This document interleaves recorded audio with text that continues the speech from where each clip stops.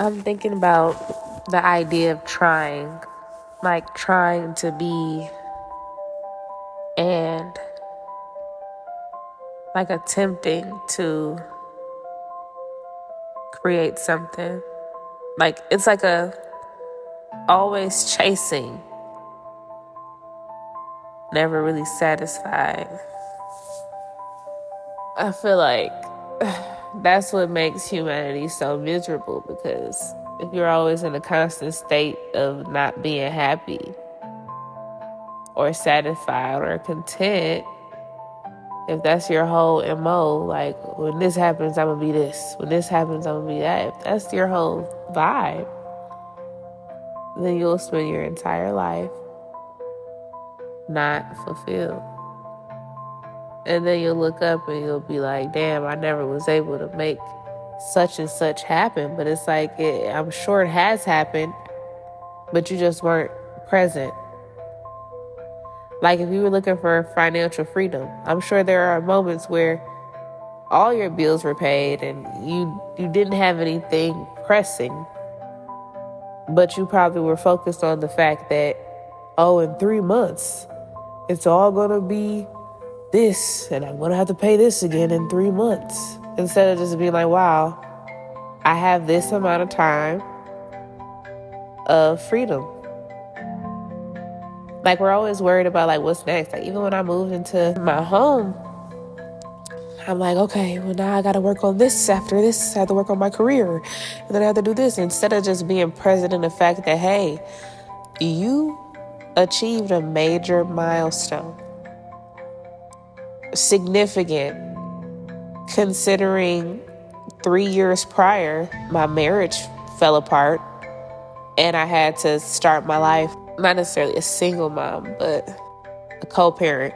And I didn't see a clear path to home ownership or anything. And that was like one of my driving things, like after the breakup. I just focused on like getting myself together so that I could get a home for me and my kids. Like I was just focused on like, I gotta build the life that I want them to have and want myself to have, but I gotta do it by myself now because the plan has changed. And it's like over these past couple of years, I realized that it's really no point of planning anything.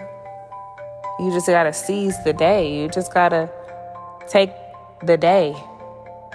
Whatever the day has in store for you, you make the most of that. You don't make plans for next week. You wake up and look at your day and flow, because you never know what will come towards you in a day. You can make all the plans. You can say, I'm going to go here and pick up this from the store. Then I'm going to go here and do this. And I'm going to go do this. And it might seem routine and quick and everything, but you never know, because you're only one piece of the puzzle. There's so many things that could affect you making it home safely. And we take it for granted because we're not present, because we don't think about how blessed we are that everything aligned in a way that has kept me safe, that has kept me healthy, of sound mind, of sound body, the people I love. Everything aligns to keep us here. And we think that we're doing something wrong because we don't have what other people have, or because we say we want to do one thing, but we do another. Like we beat ourselves up thinking that us being a living, breathing person isn't enough, when that's all we were born to do, is be a living, breathing person. It's literally the whole thing about it. Your parents had sex and a baby began to grow, and then it was born.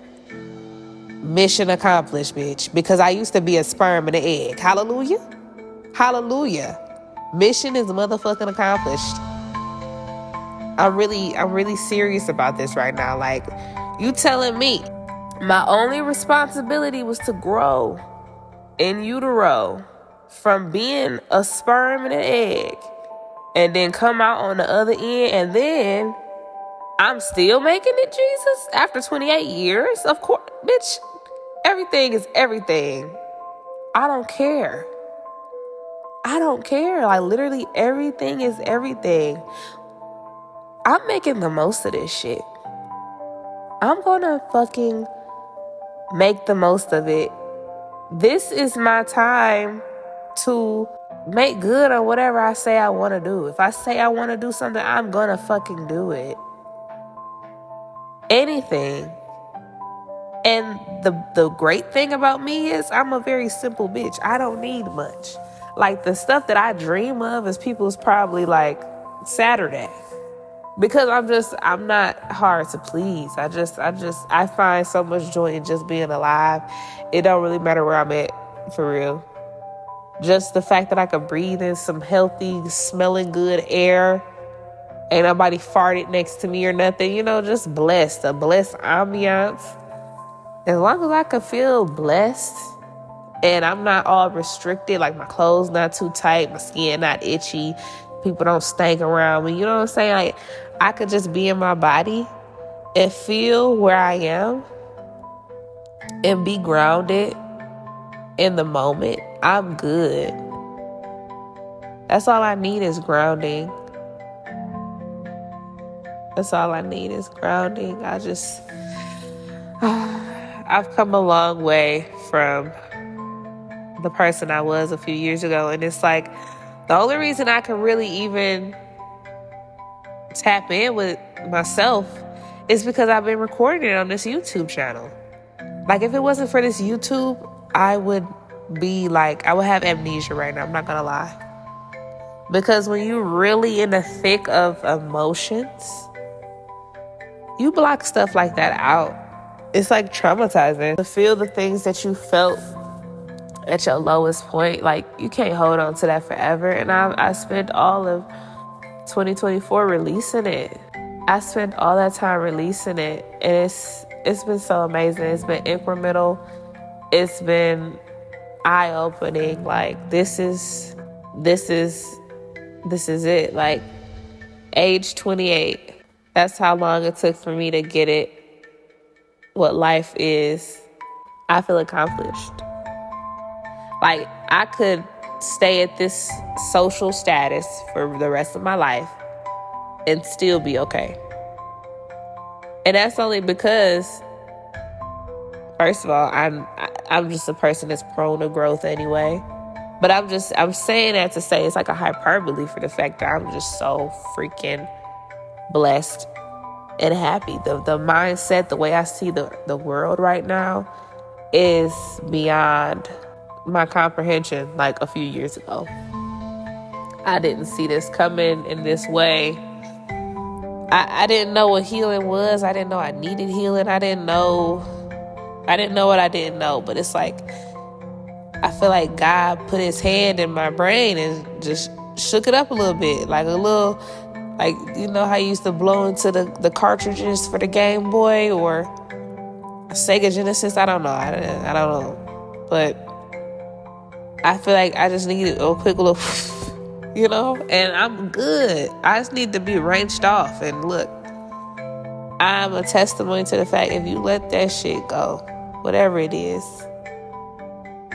just simply letting it go will free up so much space in your brain, in your mind, in your heart, that you will have no choice but to fill it with abundance and blessings. Simply having the desire to change and shift is enough to get it going. All I did was keep showing up as the person I wanted to be.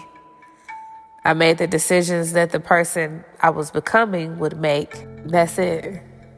I decided I was sick of not feeling good, being sad, feeling like I was failing. Because I put a lot of pressure on myself since a youth, really.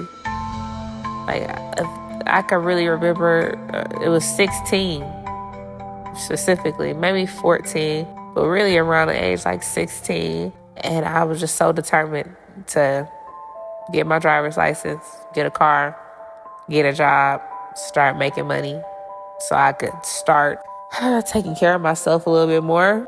And from then, I just been running towards securing a lifestyle for myself. And along the way, I've had things happen and I was able to go with the flow. Like when I met my ex-husband, like I never was like, getting married wasn't a part of my plan. It wasn't a part of like something I wrote down in a journal or something like that. Like it wasn't never that. It was go to school, get a job. Like it was always, I thought about myself. I didn't think about getting married. I wasn't one of those girls that would fantasize about marriage or anything. I really didn't care, for real. I knew I wanted to be married one day just because I knew I wanted to be married when I had children.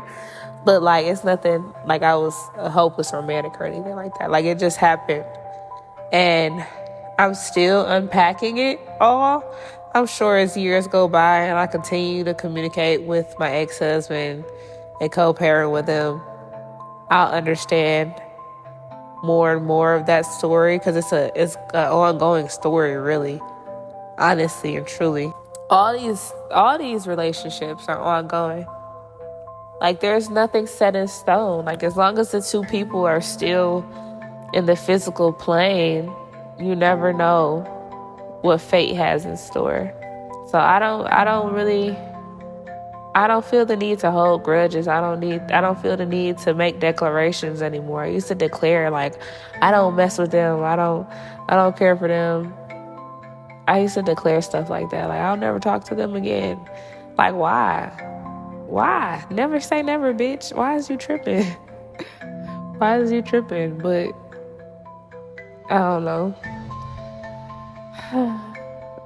I was extreme because I'm extreme like with my heart, my love, my emotions. Like when I really love somebody, like when I say I love somebody, I mean that. Like I'm here for you.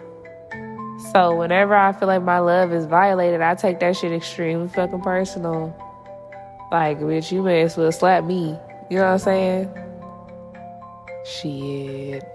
Don't do it. But I'm just saying, I really take it personally. I really don't play about it. So I've always felt like somebody do me wrong is fuck them. And I guess that's more truth like nowadays. It is kind of fuck them, but not in a way like they're irredeemable unless they really truly do something that's irredeemable. But I feel like it's always opportunity for love and change and growth, and I'm just choosing to see my life in that way. Like I'm not choosing to focus on the negativity. Of course there's negativity and all that, but I'm taking the good with the bad because that's what you're supposed to do. That's simply what it is. We decide how we view the world, how the world views us, how we interact with the world, how the world interacts with us. We're co-creators. We are co-creators.